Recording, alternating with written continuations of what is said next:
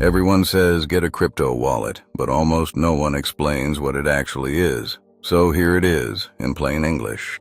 First surprise, your wallet does not actually hold any coins. The coins live on the blockchain, a shared record out on the network. What your wallet holds is a pair of keys, a public key like your account number, and a private key like your password. The public key is safe to share. It is how people send funds to you. Think of it like your email address. The private key is everything. Whoever holds it controls the funds. Never share it. Never type it into a random website. Two main types. A hot wallet lives on your phone, easy and connected.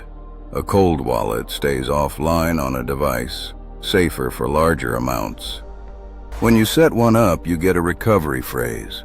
12 words. Write them on paper, store them offline, and never take a photo of them.